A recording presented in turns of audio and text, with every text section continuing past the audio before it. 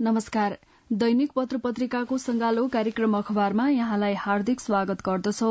प्राविधिक साथी शंकर भण्डारी र म श्रेया नेपाल। आज मिति 2080 साल वैशाख 3 गते आइतबार वैशाख कृष्ण पक्ष एकादशी तिथि तदनुसार अप्रेल महिनाको 16 तारीक सन् 2023 नेपाल सम्वत 1143।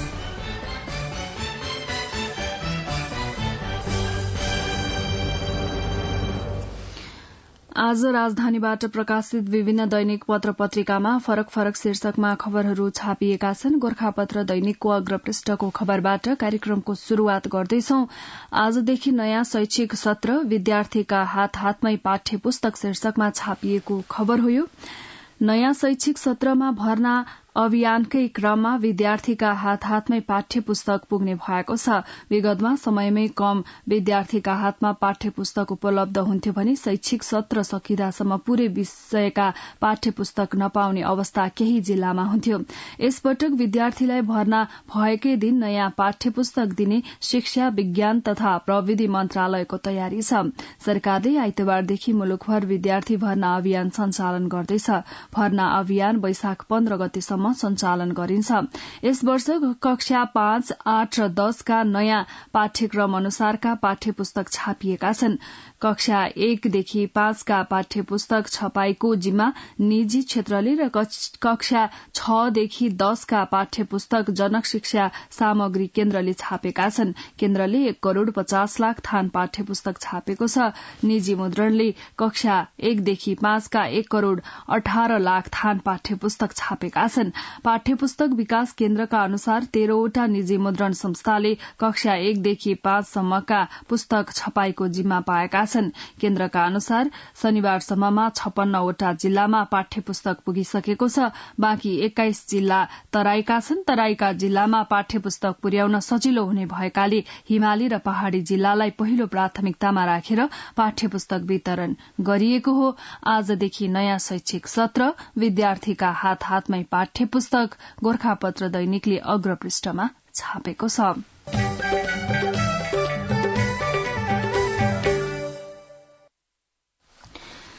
14 महिनादेखि प्रधान न्यायाधीश विहीन न्यायालय शीर्षकमा कान्तिपुर दैनिकले अग्रपृष्ठमा खबर बनाएको छ। सर्वोच्च अदालत कायम मुकायम नेतृत्वमा रहेको 14 महिना भएको छ, तर प्रधान न्यायाधीश नियुक्तिको सुरसार अझै छैन। जबकि 21 न्यायाधीशको दरबन्दी रहेको सर्वोच्च अदालतमा प्रधान न्यायाधीश सहित 5 न्यायाधीशको पद रिक्त छ। 160 न्यायाधीशको दरबन्दी रहेको उच्च अदालतमा 42 र 287 न्यायाधीशको दरबन्दी रहेको जिल्ला अदालतमा 40 न्यायाधीश रिक्त रहे पनि प्रधान न्यायाधीश नहुँदा न्याय परिषदले नियुक्ति गर्न सकेको छैन। नेपाल बार एसोसिएशनले बुधबार प्रधान न्यायाधीश नियुक्ति प्रक्रिया 10 दिनभित्र अघि नबढे आन्दोलन गर्ने चेतावनी दियो। बिहिबार बिहान बार पदाधिकारीले प्रधानमन्त्री पुष्पकमल दाहाललाई भेटेर छिट्टै प्रधान न्यायाधीश नियुक्ति गर्न दबाव दिए, तर संवैधानिक परिषदले नियुक्ति प्रक्रिया अगाडि बढ़ाइहाल्न तदारुकता देखाएको छैन। तत्कालीन प्रधान न्यायाधीश चोलेन्द्र शमशेर जबरा महाभियोग प्रस्तावका कारण 2078 फागुन 1 मा निलम्बनमा परे यता सर्वोच्च न्यायालय 14 महिनादेखि कायम मुकायम नेतृत्वमा छ। जबराको निलम्बनपछि शुरूमा वरिष्ठतम न्यायाधीश दीपक कुमार कार्की कायम मुकायम प्रधान न्यायाधीश बन्नु भएको थियो। 7 महिना तदर्थ रूपमा नेतृत्व गरेर उहाँ सेवानिवृत्त भएपछि असोज 15 देखि अर्का वरिष्ठतम न्यायाधीश हरिकृष्ण कार्कीले कायम मुकायमका रूपमा सर्वोच्चको नेतृत्व सम्हाल्दै आउनु भएको छ। 14 महिनादेखि प्रधान न्यायाधीश विहीन न्यायालय सर्वोच्चमा 5, उच्चमा 42 र जिल्ला अदालतमा 40 न्यायाधीश पद रिक्त। तत्काल प्रधान न्यायाधीश नियुक्त नगरे आन्दोलनमा उत्रिने नेपाल बारको चेतावनी कान्तिपुर दैनिकले अग्रपृष्ठमा छापेको छ।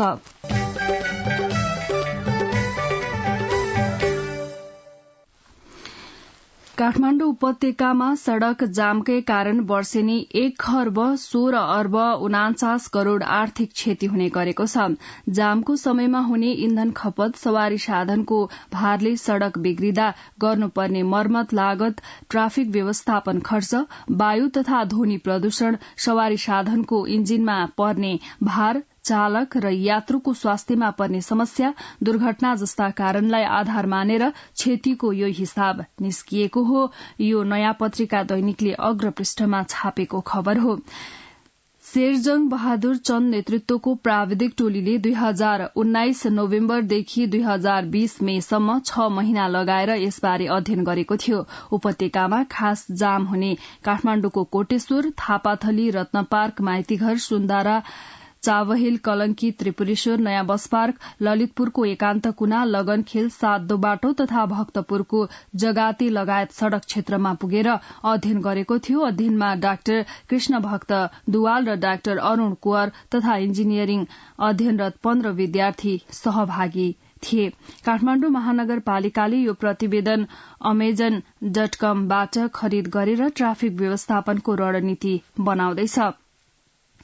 विदेशी मुलुकका कुनै मानिस केही समय जाममा पर्यो भने खर्च भएको त्यो समयलाई मूल्यसँग जोडिन्छ, तर हामी कहाँ सवारी साधन जाममा पर्दा भएको क्षति र समस्याबारे सरकारले खासै चासो राख्दैन।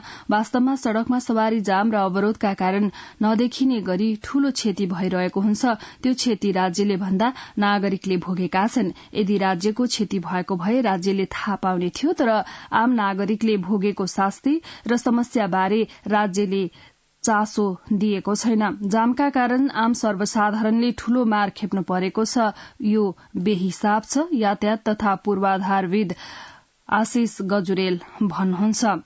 अध्ययनकर्ता शेरजंग बहादुर चन्द भन्नुहुन्छ, नेपालमा ट्राफिक समस्या पहिलेदेखिकै हो। यसमा कसैले पनि अध्ययन गरेको देखेनौं। अरू देशमा यसबारे धेरै अध्ययन भएका छन्, तर हामी कहाँ अध्ययन भएको थिएन। यसले देशको अर्थतन्त्रमा पनि असर पारिरहेको छ। नीति निर्माण तह अर्थात सरकारलाई सचेत, जिम्मेवार र जागरूक गराउन हामीले यो अध्ययन गरेका हौं। काठमाण्डु उपत्यकामा ट्राफिक जामले वार्षिक 1,16,49 करोड़ आर्थिक क्षति, नयाँ पत्रिका दैनिकले अग्रपृष्ठमा छापेको छ।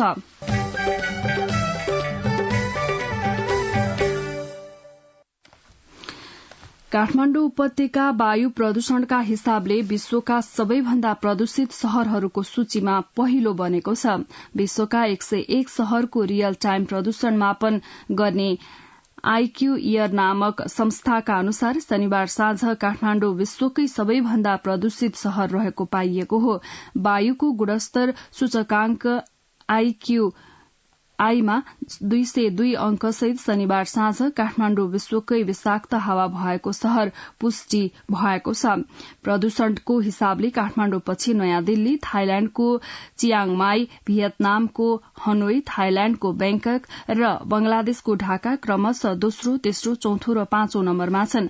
वायु प्रदूषणले जनस्वास्थ्यमा पार्ने प्रभावको हिसाबले 0 देखि 500 सम्म विभिन्न तहमा विभाजन गर्दा 201 देखि 300 सम्म को आईक्यूआईलाई वैजनी रंग दिएको छ। यो मानव स्वास्थ्यका लागि अत्यन्त अस्वस्थकर तह हो। देशका विभिन्न भागमा लागेको डढेलो र यही सिजनमा कृषि अवशेष जलाउने गरिदा प्रदूषण ह्वात्तै बढ़ेको मानिएको छ। प्रदूषणको यो तह जनस्वास्थ्यका लागि अत्यन्त अस्वस्थकर मानिन्छ। प्रदूषित शहरको सूची विश्वकै 1 नम्बरमा काठमाण्डु, नागरिक दैनिकले अग्रपृष्ठमा छापेको छ।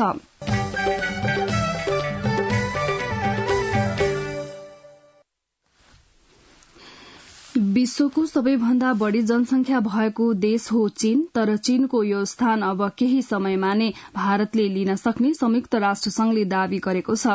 राष्ट्रसंघका विज्ञहरू भारतमा जनसंख्या उच्च दरमा वृद्धि भइरहेको र चीनमा घट्दो क्रममा रहेकाले केही समयमा नै चीनको स्थान भारतले लिने बताउँछन्।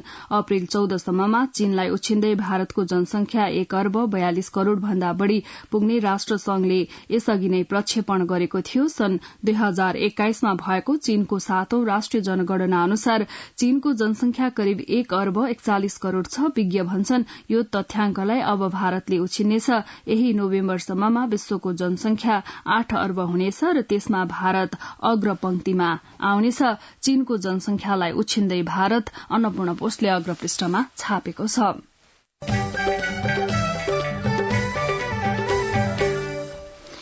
तपाईं यति बेला दैनिक पत्र पत्रिकाको संगालो कार्यक्रम अखबार सुन्दै हुनुहुन्छ। अब एकैछिन विज्ञापन र सन्देश। सुन त, भोलिको मिटिङको लागि सबैलाई फोन गर्यो? छैन सर, मेरो मोबाइलमा ब्यालेन्स नै थिएन। अलि पछि गर्छु ल्यान्डलाइनबाट। ल हेर, मोबाइलमा ब्यालेन्स छैन भनेर हुन्छ?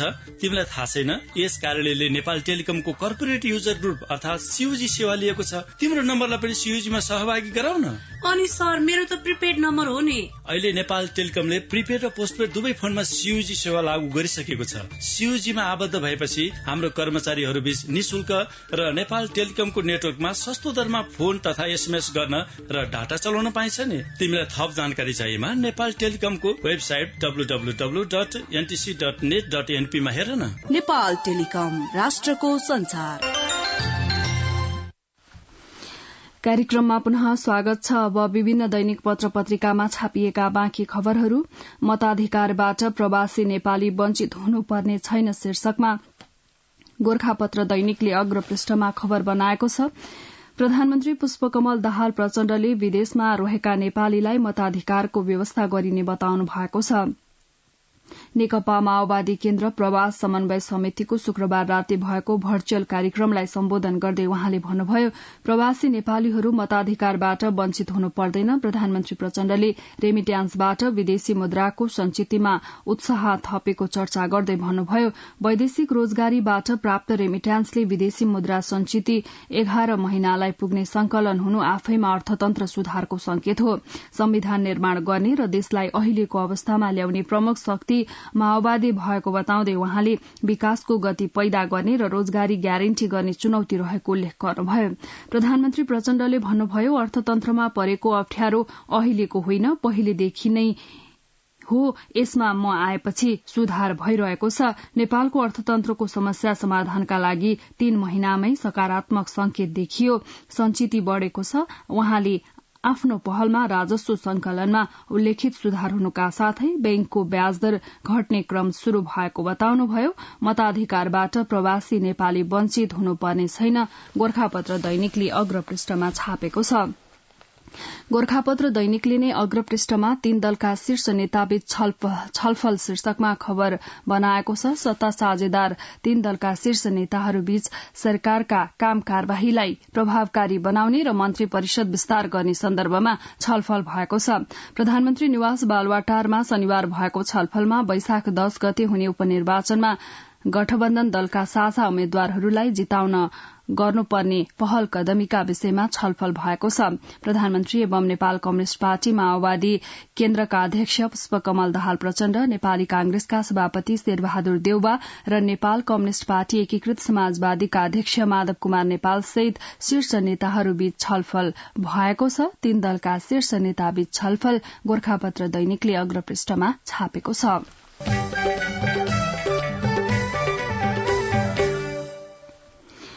चितवनमा रहेका साना तथा ठूला सबै दलले आगामी 10 वैशाखमा चितवन क्षेत्र नम्बर 2 मा हुने उपनिर्वाचन लक्षित कार्यक्रममा व्यस्त रहेका छन्। स्वतन्त्र उम्मेद्वार समेत प्रचार प्रसारका लागि गाउँ गाउँ पसेका छन्। उपनिर्वाचनमा चितवन क्षेत्र नम्बर 2 मा 1,24,695 जनाले मतदान गर्न पाउनेछन्। उनीहरूले 43 स्थलका 138 केन्द्रबाट मतदान गर्नेछन्। मंगिर 4 मा भएको निर्वाचनमा नसोचेको मत ल्याएर पछाडि परेका नेकपा एमाले र नेपाली कांग्रेसले यसपटकको निर्वाचनमा आफ्नो रणनीति बदलेका छन्। नेपाली कांग्रेसले पार्टीलाई आफ्नो लयमा फर्काएको छ भने नेकपा एमाले आफ्नो चुनावी गतिविधिलाई आक्रमक रूपमा अगाडि बढ़ाएको छ।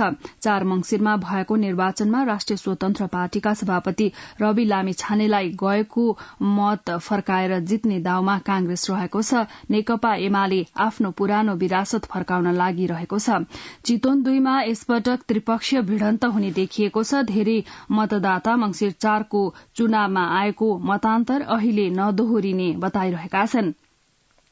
जो कोहीले जिते पनि धेरै मतान्तरको फरक नपर्ने विश्लेषण मतदाताले गरेका छन्। लयमा फर्किँदै कांग्रेस, आक्रमक प्रचारमा एमाले, रक्षात्मक राष्ट्रिय स्वतन्त्र पार्टी, राजधानी दैनिकले अग्रपृष्ठमा छापेको छ।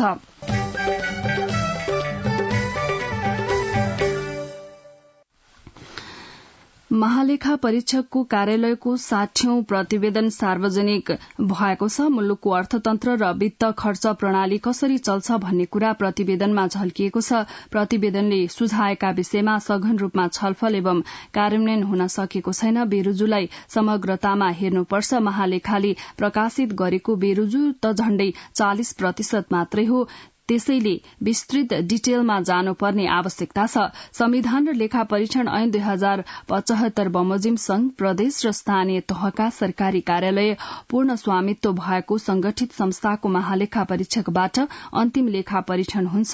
विगतमा झैं यसपटक पनि बेरुजु, आर्थिक अनियमितता, पेशकी असुल गर्नुपर्ने रकमको परिमाण बढ़दै गएको छ।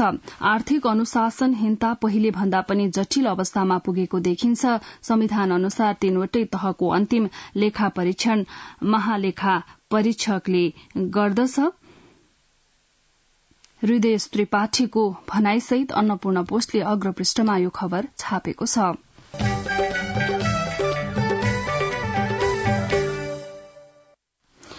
प्रदेश सरकारका विभिन्न निकायले अनियमित रूपमा अनुदान रकम वितरण गर्नुका साथै वितरित अनुदानको दुरूपयोग भएको पाइएको छ।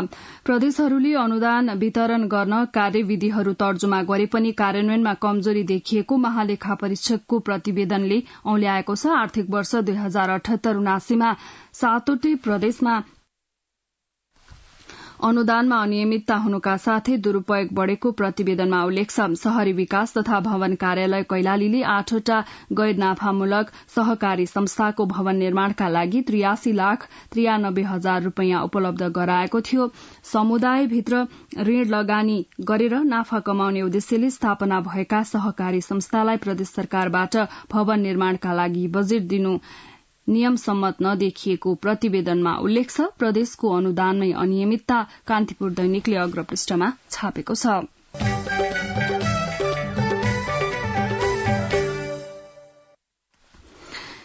विभिन्न सरकारी निकायमा राज्यको ढुकुटी चरम दुरूपयोग गरेको पाइएको छ। सरकारी अधिकारी तथा जनप्रतिनिधिले कानून उल्लंघन गरेर आफू खुशी अरबौं रूपियाँ मनपरी ढंगले खर्च गर्ने मिलेमतोमा राजस्व छूट दिने, असुल गर्नुपर्ने राजस्व असुल नगर्ने गरेको पाइएको छ। महालेखाको कार्यालयले तयार गरेको 60औं प्रतिवेदन अनुसार स्थानीय तह, प्रदेश सरकारदेखि संघीय सरकारका सबै निकायमा चरम व्यथिति देखिएको छ। मुलुकको अर्थतन्त्रको बागडोर सम्हालेको अर्थ मन्त्रालय मातहत निकायले समेत नियम विपरीत राजस्व छूट समेत दिएका छन्। राज्यको ढुकुटी सञ्चालनमा व्यथिति, अरबौं रूपियाँ मनपरी छूट र भुक्तानी नागरिक दैनिकले अग्रपृष्ठमा छापेको छ।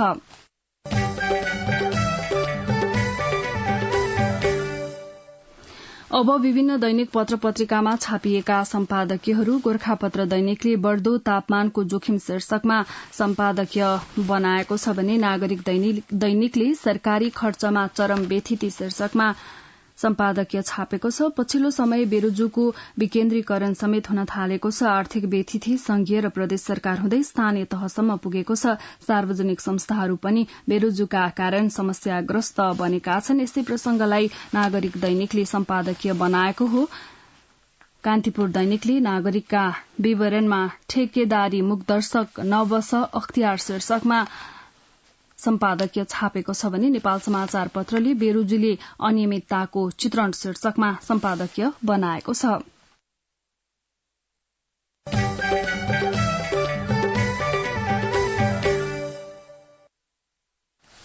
विभिन्न दैनिक पत्र पत्रिकामा छापिएका सम्पादकीयहरूपछि अब बाँकी प्रसंगहरू। नेपाल बंगलादेश ऊर्जा बैठकको मुख्य एजेण्डा प्रसारण लाइन शीर्षकमा कान्तिपुर दैनिकले भित्री पृष्ठमा खबर बनाएको छ। नेपाल र बंगलादेशका ऊर्जा सचिव स्तरीय बैठक वैशाख 27 र 28 गते बंगलादेशमा हुने भएको छ। यसका लागि ऊर्जा, जलस्रोत तथा सिंचाई मन्त्रालयले 5औं सचिव स्तरीय बैठकमा प्रस्तुत गर्ने एजेण्डाबारे छलफल शुरू गरेको छ। बैठकमा विशेषतः यसअघि भएको बैठकको समीक्षा तथा बंगलादेशले नेपालको जलविद्युतमा लगानी गर्ने इच्छा राखेको र त्यसबारे समेत छलफल हुने मन्त्रालयका सहसचिव तथा प्रवक्ता मधु प्रसाद भेटुवालले जनाउनुभयो। वैशाख 27 मा दुवै देशका सहसचिव स्तरको बैठकमा छलफल हुने एजेण्डालाई 28 गतेको सचिव स्तरीय बैठकले टुंग्याउने उहाँको भनाइ छ। नेपाल बंगलादेश ऊर्जा बैठकको मुख्य एजेण्डा प्रसारण लाइन कान्तिपुर दैनिकले भित्री पृष्ठमा छापेको छ।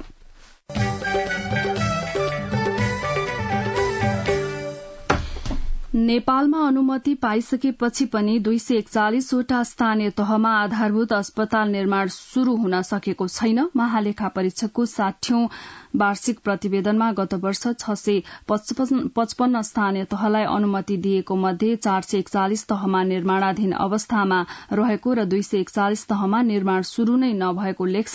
सरकारले हरेक स्थानीय तहमा 5 देखि 15 शय्यासम्मको आधारभूत अस्पताल स्थापना गर्ने लक्ष्य अनुसार आधारभूत अस्पताल स्थापना तथा स्तरोन्नति गर्न चालू आर्थिक वर्ष 2079-80 मा 6 अर्ब 96 करोड़ 65 लाख 35 हजार रूपियाँ खर्च भएको छ। खरिद गरियो तर बाँडिएन। झूल शीर्षकमा गोरखापत्र दैनिकले अग्रपृष्ठमा खबर बनाएको छ।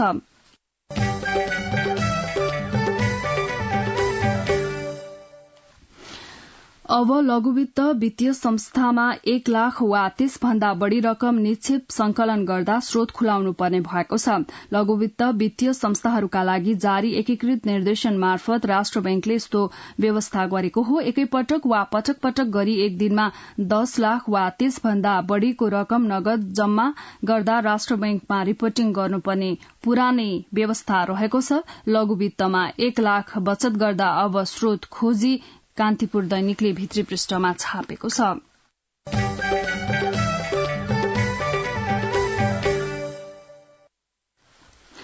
र कैलालीको भजनीका किसानलाई असारको झैं व्यस्तता छ। उनीहरू सपरिवार दिनभर खेतमा धान रोप्नमै व्यस्त हुन्छन्।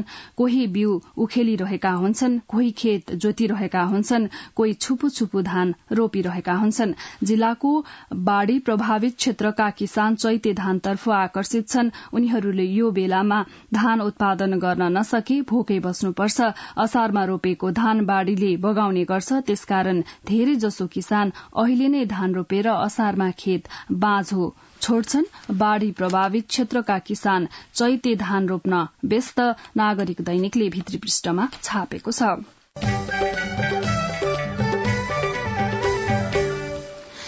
यिनै विभिन्न दैनिक पत्र पत्रिकामा छापिएका विविध प्रसंगसँगै हामी कार्यक्रमको अन्त्यमा आइपुगेका छौं। प्रविधिमा सहयोग गर्नुहुने शंकर भण्डारीलाई धेरै धन्यवाद दिँदै म श्रेया नेपाल पनि बिदा हुन्छु। यसपछि कार्यक्रम अन्तर्संवाद सुन्न सक्नुहुनेछ। हवस् त, नमस्कार।